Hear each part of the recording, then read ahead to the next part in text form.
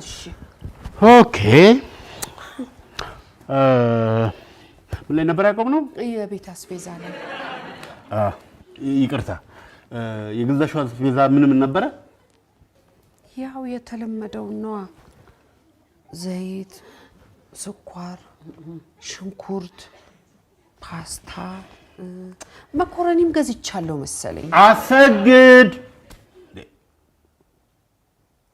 በመሰለኝ የሚሆን ነገር የለም። this is important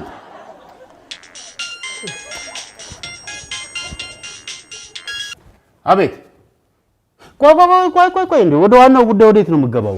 መጀመሪያ አቶ በስንቱ አንድ የደውለህልኝ አላነሳሁትም ማለት ምን ማለት ነው?